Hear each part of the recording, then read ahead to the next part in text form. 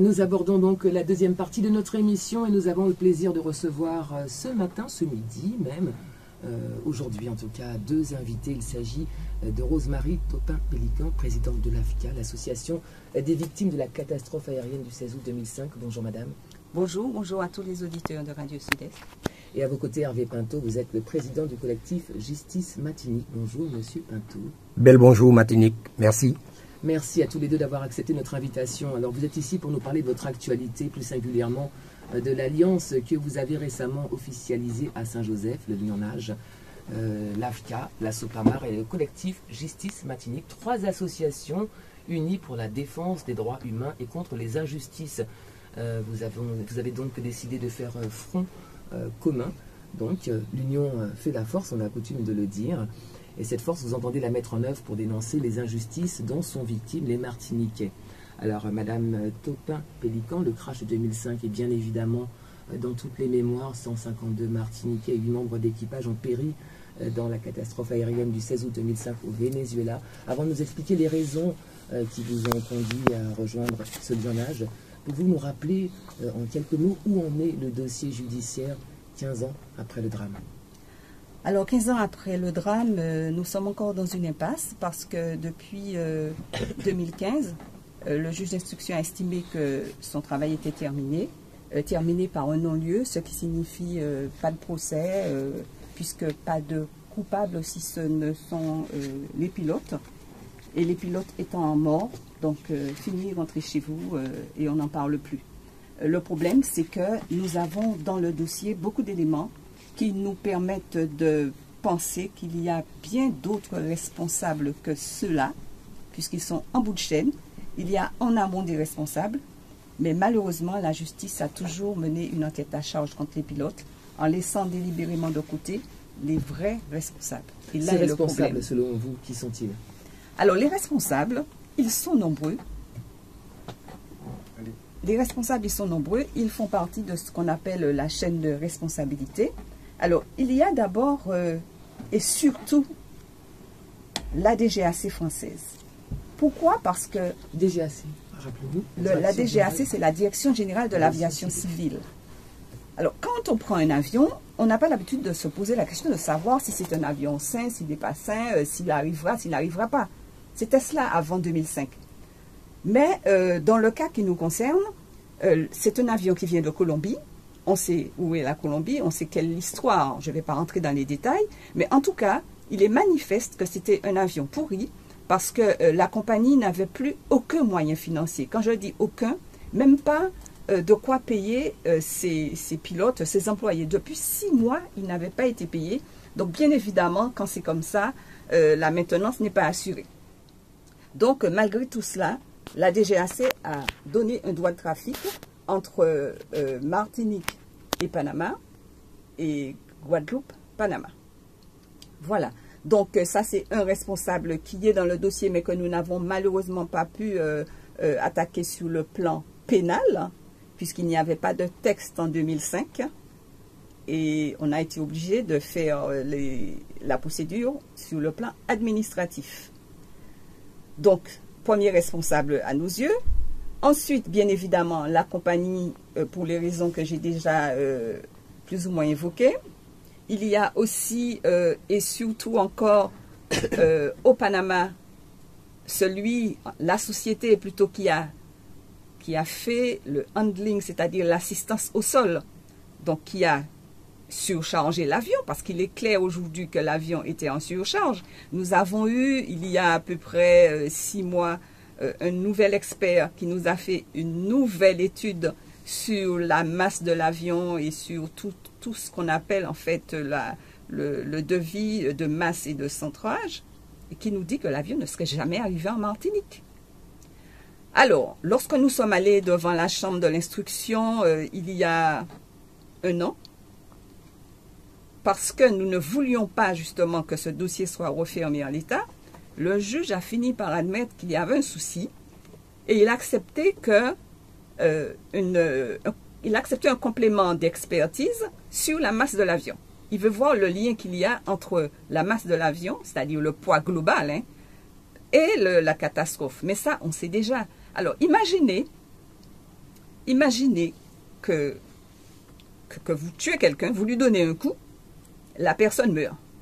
Et on veut savoir s'il y a un lien entre la mort de la personne et le coup qu'elle a reçu. Mais sans s'occuper de la personne qui a frappé. Mais c'est exactement ça.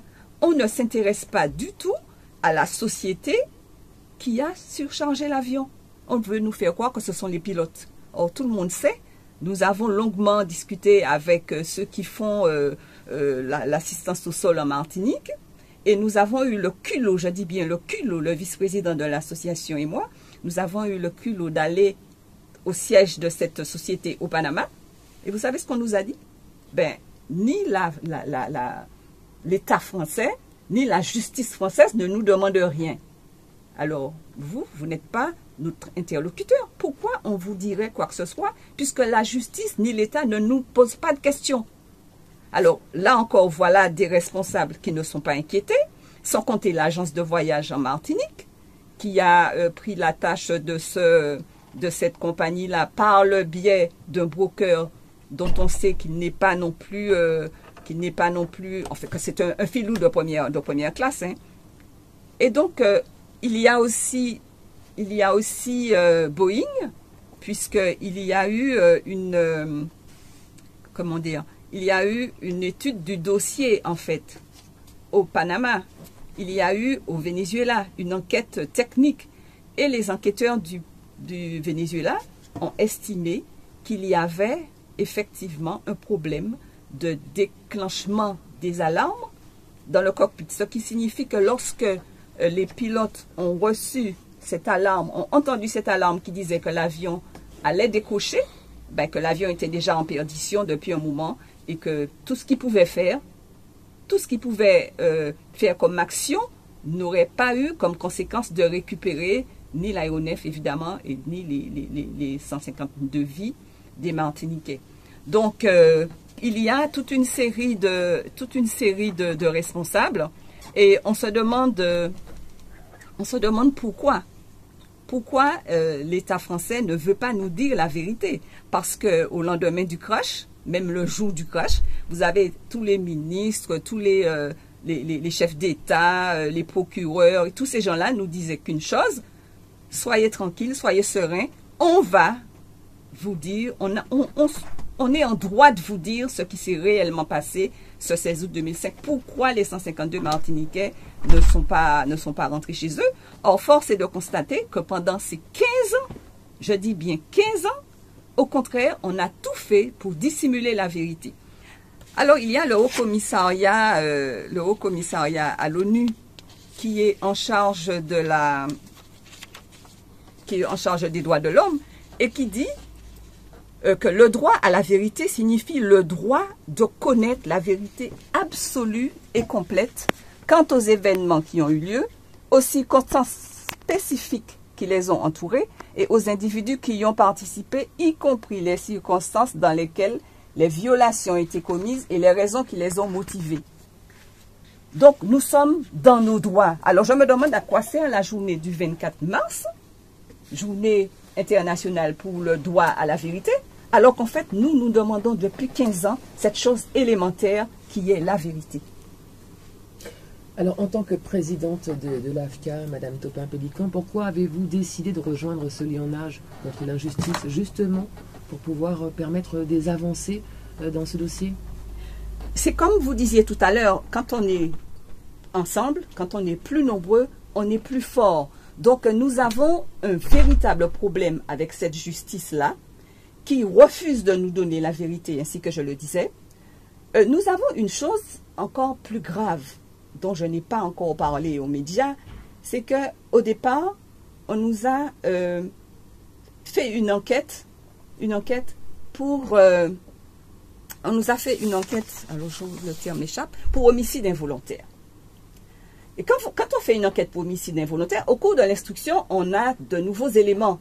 Et le juge doit, de son propre chef, modifier ou ajouter d'autres modes d'investigation. Et on nous dit qu'on ne peut pas attaquer certaines personnes parce que nous n'avons pas demandé, nous n'avons pas déposé plainte pour mise en danger d'autrui, mise en danger de la vie d'autrui. Ce qui est faux. Parce qu'il suffit de regarder dans le dossier, Maître Chakoulé, elle n'est pas là, mais elle l'a fait. Elle a déposé plainte pour mise en danger de la vie d'autrui. Et moi-même, quand je me suis rendu compte de l'évolution du dossier, moi, Rosemary Topin-Pélican, je l'ai fait. Et on me reproche simplement de n'avoir pas donné mon document.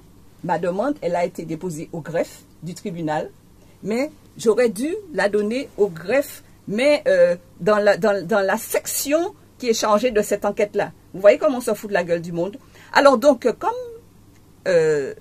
je connais depuis quelques années le collectif Justice, je connais aussi la Sopamar par le biais de ses actions justement devant le tribunal administratif, et je constate que nous avons en commun cet adversaire-là, parce que on est obligé de regarder la justice française comme un adversaire, parce que toutes nos demandes d'actes sont systématiquement rejetées, systématiquement foulées aux pieds.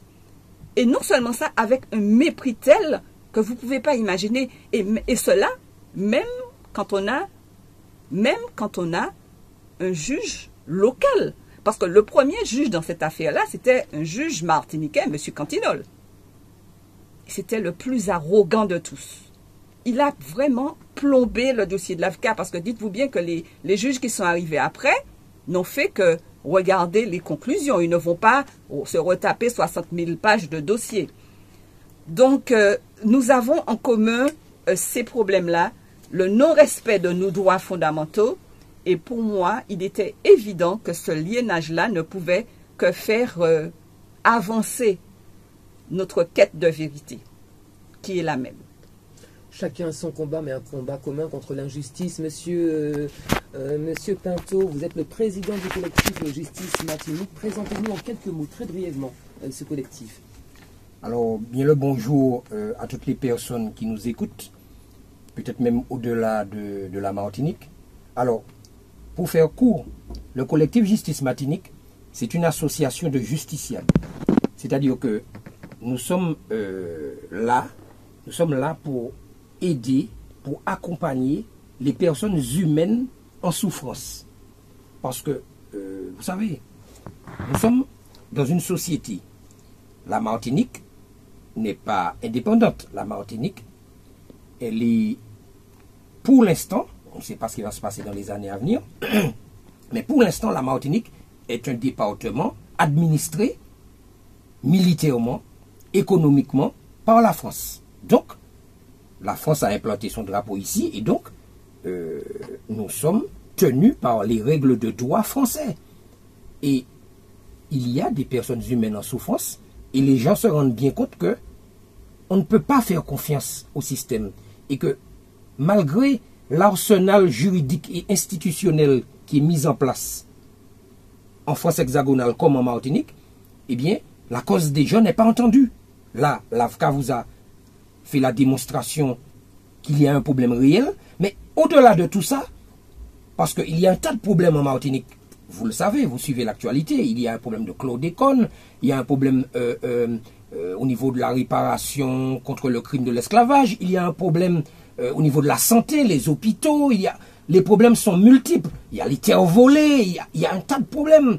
Bon, alors, la Martinique n'est pas indépendante, donc on est régi par les règles de droit français. Or, la France elle-même, alors ce que je dis est fondamental, la France elle-même a un problème. Elle a un grave problème. Alors, c'est quoi ce problème? Le problème, il est là. Le problème, il est là. Vous voyez, ça, tout est concentré ici. Là, nous sommes sur une radio. Bon, je parle de la Constitution. La Constitution, c'est quoi? La Constitution, ce sont les règles qu'un État, qu'une nation se donne à elle-même. C'est ça. Ce sont les règles de fonctionnement qu'un État, qu'une nation se donne à elle-même. En fait, juridiquement, la Constitution, c'est le droit suprême, au-dessus des lois ordinaires et organiques. Là, l'AFCA vous a parlé d'une problématique récurrente qu'elle rencontre dans un cadre pénal, parce que, effectivement, sa cause n'est pas entendue. Mais il en est de même pour le chlordécone, il en est de même pour les terres volées, il en est de même pour la Sopamar. avec les problématiques que la SOPAMA rencontre au tribunal administratif, où là encore sa cause n'est pas entendue.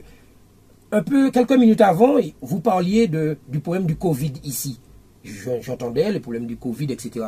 Mais rappelons que la SOPAMA, eh bien, avait interpellé la justice française concernant ce que l'État français devait mettre en œuvre pour la protection des Martiniquais.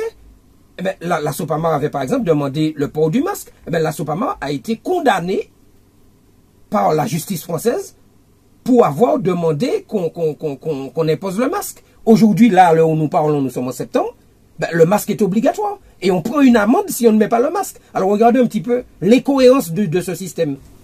Vous militez, M. Pinto, pour une justice équitable et indépendante. Par ailleurs, selon vous, on l'a entendu, vous l'avez dit chez nos confrères de Martinique, la première pour ne pas les citer, la personne humaine n'est pas au centre des débats. Alors qu'entendez-vous mettre en œuvre pour que les choses changent, pour que les choses évoluent? Alors, déjà, ce que nous mettons en œuvre, c'est la conscientisation. Il faut que les gens comprennent. Parce qu'on ne peut pas agir sans comprendre. On ne peut pas partir dans toutes les directions et faire tout et n'importe quoi. Alors, il faut bien comprendre le système dans lequel nous sommes. Quand je parle du système, ben, là encore, j'en reviens à la Constitution. Et oui, j'en reviens parce que c'est fondamental. Nous sommes dans une société, en principe, en théorie, et c'est ça que je dénonce. C'est-à-dire que je suis en train de dénoncer une imposture. C'est-à-dire que les gens ne se rendent pas compte, mais c'est très grave.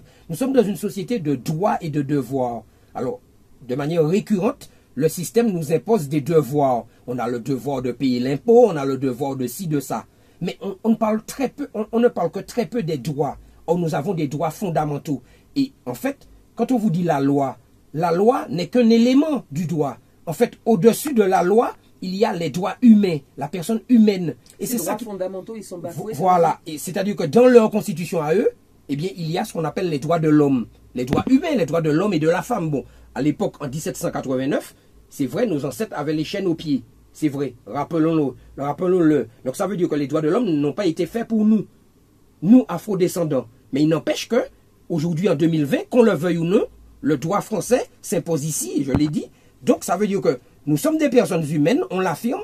Donc, même au niveau international, il y a ce qu'on appelle aussi la Déclaration universelle des droits de l'homme, au niveau de l'ONU. Vous avez au niveau européen ce qu'on appelle la Convention européenne des droits de l'homme avec la Charte des droits fondamentaux de l'Union européenne. Et donc, nous, association de justiciables, on a posé le débat au niveau fondamental, c'est-à-dire au plus haut niveau, parce que on a un problème de société, un problème profond, et tant qu'on n'aura pas réglé ce problème-là, c'est-à-dire qu'on n'aura pas mis à plat la problématique des droits humains, la problématique des droits fondamentaux, eh bien, tous les combats que nous menons ici en Martinique, eh bien, ils seront, ce sera comme chawailler de l'eau dans un panier, c'est-à-dire qu'on n'aura pas de résultats probants, de résultats sérieux réels, parce que on n'aura pas attaqué le mal à la racine. Il faut attaquer le mal à la racine. Le problème de fond, c'est un problème des droits humains, parce que la justice française, dans le cas de l'AFCA, dans le cas des terres volées, dans le cas des injustices nombreuses que nous rencontrons ici en Martinique, dans le cas du tribunal administratif avec la SOPAMA, les problèmes écologiques, etc., eh bien, les droits humains sont mis de côté au profit des puissances d'argent. On a des puissances d'argent qui sont protégées. On a des entités obscures qui sont protégées. Par contre, les problématiques humaines, parce qu'il s'agit de personnes humaines, eh bien, sont négligeables et mises de côté. Voilà le problème fondamental qui doit intéresser tous les Martiniquais. D'ailleurs, nous souhaitons une table ronde et nous demandons à Radio Sud-Est comme aux autres médias, nous demandons à Radio Sud-Est comme aux autres médias, eh bien, d'organiser une table ronde, un débat contradictoire avec, des représentants, par exemple, concernant l'AFCA, on a des gens de la DGAC, etc. Bon, l'AFCA pourra sans doute mieux préciser. Vous avez les représentants de l'État, vous avez, les représentants des magistrats, c'est-à-dire les syndicats de la magistrature qui peuvent s'exprimer. Le procureur, parce que c'est le ministère public, il a le devoir même aussi de s'exprimer. Eh bien, il faut un débat contradictoire avec les associations, avec les différentes personnes responsables, les différentes personnes concernées, pour qu'on puisse crever l'abcès et puis qu'on puisse justement proposer des solutions, trouver des solutions pour faire évoluer les choses, parce qu'on ne peut pas rester comme ça, il faut que ça bouge. Je lis une petite phrase, celui qui n'a pas le courage de se rebeller n'a pas le droit de se lamenter. Vous la connaissez bien, cette phrase, puisque c'est l'inscription qui est mentionnée sur votre page Facebook. Alors, la rébellion doit passer par quoi, selon vous? Jusqu'où on peut aller pour se rebeller? Quelle est la frontière à ne pas franchir? Alors, écoutez, je vais vous répondre avec deux exemples précis. Là encore, n'allez pas dire que je fais exprès, je reviens encore à la Constitution. Règle de droit, je suis sur l'autoroute, si c'est 70, si je roule à 120, ben je me fais épingler. Parce que après, celui qui représente l'autorité publique, il va me dire, écoutez, je suis désolé, voilà, le code de la route, il dit c'est 70, vous étiez à 120, point barre, terminé. Ben voilà, là c'est pareil, là nous sommes dans le droit suprême, ben qu'est-ce qu'il prévoit? Article 2, Déclaration des droits de l'homme. Article 2, Déclaration des droits de l'homme. Ben, le but de toute association politique est la conservation des droits naturels et imprescriptibles de l'homme. Que ces droits sont la liberté, la propriété, la sûreté et la résistance à l'oppression. Alors je répète, la résistance à l'oppression. Donc je réponds ainsi déjà à votre question. Qu'est-ce qu'on peut faire? La résistance à l'oppression. On peut résister à l'oppression. Et c'est ce qu'on est en train de faire. C'est un droit légitime, un droit constitutionnel et même un devoir. Nous avons le devoir pour nos enfants, pour les générations qui arrivent, de résister à l'oppression. Et puis encore, ben, je peux citer le chapitre, titre premier, de la souveraineté. Vous voyez voir, moi j'invente rien. Qu'est-ce qu'elle dit? L'hymne national, c'est quoi? La Marseillaise. Aux armes, citoyens, formez vos bataillons. C'est leur truc à eux. Ben, voilà. Ben, vous me dites qu'est-ce qu'on peut faire? Ben, on peut se révolter et c'est légitime. On a le droit de se révolter. Maintenant, il n'est pas prévu dans leur constitution qu'on doit subir l'injustice, qu'on doit accepter l'injustice et qu'on doit se soumettre. Ce n'est pas prévu dans leur constitution, c'est-à-dire ce qu'ils nous imposent. Je vous ai dit en préambule que nous sommes dans une société organisée autour d'une constitution. Donc la leur, ben, on nous demande de respecter la loi. Au Robert, obéissance à la loi. C'est ce qu'ils avaient dit au Robert. Ben, eux aussi, obéissance à la loi, cette fois constitutionnelle. Parce qu'il y a plusieurs lois. Il y a la loi ordinaire qu'ils votent au Parlement. Ils vont faire, ils vont défaire. C'est la loi ordinaire. Mais vous avez la loi constitutionnelle. Et ça, on ne peut pas la défaire. Donc, ils ont l'obéissance et ils ont l'obligation d'obéir à leur loi. Donc nous, en tant que peuple d'outre-mer, on demande à la France déjà d'obéir à sa loi. Maintenant, si le peuple martiniquais, à un moment donné, veut évoluer, d'ailleurs, on souhaite ça, veut évoluer soit vers l'autonomie, soit vers l'indépendance, ça fait peur aux gens. Mais bon, ben, il appartiendra au peuple martiniquais de se prononcer sur ce sujet. Aujourd'hui, on n'en est pas là. Aujourd'hui, on est dans une situation précise où la France nous parle d'état de droit. Ce n'est pas ça. Donc nous sommes fondés, en tant que peuple d'outre-mer, à dire non et à nous rebeller et à dire qu'on n'accepte pas ça. Et c'est légitime et c'est un devoir. Ce sera ma dernière question. Cette alliance comptait, lorsqu'elle a été officialisée, 3 associations. L'AFCA, nous l'avons dit, le collectif Justice Matinique et puis également la SOPAMAR. Les rangs ont grossi depuis? Alors, les rangs ont grossi. D'ailleurs, on va saluer les associations qui nous contactent et qui ont compris. Je vais vous donner quelques noms. Je vais les laisser s'exprimer le moment venu. Mais déjà, bon, il y a Gabriel Luce que vous connaissez, qui est un militant de longue date et qui rejoint notre action, qui est d'accord. Mais au-delà de ça, vous savez, même au-delà des frontières, vous allez pouvoir vérifier sur ma page Facebook, nous avons des gens de la Réunion qui nous ont contactés. C'est quand même extraordinaire. Il y a une association qui s'appelle Les Révoltés du 974. À la Réunion, ils sont entrés en contact avec nous via Facebook parce que, vous savez, la communication, les moyens techniques, heureusement, ben, tout se sait. Et ils rencontrent les mêmes problèmes que nous. Et donc, c'est bien la preuve que le problème, il est fondamental. Il est constitutionnel. Donc, le problème, il n'est pas seulement ici en Martinique. Il est aussi à la Réunion, sans doute en Guadeloupe, en Guyane. Bon, on sait, on voit ce qui se passe en Guyane. Donc, en Guadeloupe aussi, il y a des problèmes. On a un problème. Notre problème, c'est le système français. En fait, nous sommes dans une imposture. Et ceux qui nous gouvernent, ne respectent pas leur propre constitution. Donc, finalement, nous sommes dans une dictature déguisée. Il ne faut pas avoir peur des mots. C'est bien ça. Nous sommes dans une dictature déguisée. Et il va falloir que les gens prennent conscience, que les gens comprennent, pas seulement pour l'action que nous menons, mais pour nos enfants. Parce que sinon, ben, on va droit dans le mur. Tout ce qu'on pourra mettre en place, tout ce qu'on pourra vouloir construire, ben, ce sera, on va dire, un feu de paille. Parce qu'en réalité, eh bien, tout cela est bâti sur des sables mouvants. Et en fait, tant qu'on n'aura pas réglé ce problème, je le répète, des droits humains, des droits fondamentaux, on va droit dans le mur. Merci beaucoup à tous les deux. Madame Topin-Pélican, vous souhaitez ajouter quelque chose? Oui, je voulais quand même ajouter que le nouveau garde des Sceaux connaît mieux que personne le système judiciaire. Or, c'est quelqu'un qui a en aversion la magistrature. Il sait pourquoi. Et il a promis de faire de son ministère celui de l'antiracisme et des droits de l'homme. Des droits de l'homme. Ça veut dire que lui-même, il est conscient qu'il y a un problème avec le respect des droits de l'homme dans cette justice française. C'est tout ce que je voulais ajouter. Et merci. Merci beaucoup d'avoir accepté notre invitation. Merci d'être venu nous expliquer le pourquoi du comment de cette alliance. Avant de terminer, peut-être des coordonnées, un numéro de téléphone pour les personnes, les associations, les organisations qui souhaiteraient se rallier à votre alliance. Oui, alors je voudrais dire que n'importe qui peut adhérer à l'AFCA, à l'Association des victimes de la catastrophe aérienne du 16 août 2005.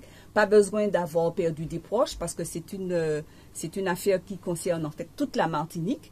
Donc pour entrer en contact avec l'association, alors je donne le portable 06 96 98 48 48. Répétez-le si vous voulez bien. 06 96 98 48 48. Le collectif Justice Martinique est joignable à quel numéro? Vous avez une page Facebook, vous l'avez dit? Alors, effectivement, nous avons une page Facebook collectif Justice Martinique. Sinon, il y a aussi ma page Facebook à moi, Hervé Pinto. Ou alors, aux Trois-Îlets, nous avons le siège de l'association basée aux Trois-Îlets. Toutes les personnes humaines en souffrance sont les bienvenues. Tous les militants sincères sont aussi les bienvenus. Donc, on peut nous joindre au 06 96 03 88 99. Donc, voilà. Donc, on peut joindre l'association au 06 96 03 88 99. La Sopamar. Alors, la Sopamar, la page Facebook à Sopamar, ils ont leur siège à Place d'Armes, au Lamentin, et vous avez aussi la présidente qui s'appelle Madame Rosalie Bardel-Gachette, que tout le monde connaît, avec sa page Facebook. Alors là, de tête, je ne vais pas pouvoir vous donner son numéro de téléphone parce que je n'ai pas retenu, je ne sais pas si tu l'as, Rosemary, je n'ai pas son numéro en tête, mais vous allez retrouver sur la page Facebook à Sopamar son numéro de téléphone. Ou sinon vous appelez la Sopamar, vous allez regarder sur internet, vous allez retrouver, donc il n'y a aucun problème. Ou vous m'appelez et je vous donnerai le numéro, il n'y a pas de souci. Merci beaucoup à tous les deux pour votre participation à cette émission. Et puis vous le savez, vous êtes les bienvenus. Nous ne manquerons pas de vous recevoir à nouveau pour parler de cette alliance de votre collectif et vous, madame, de l'AFCA. Merci beaucoup. On poursuit tout de suite. Merci Radio Sud-Est. Merci beaucoup. Merci.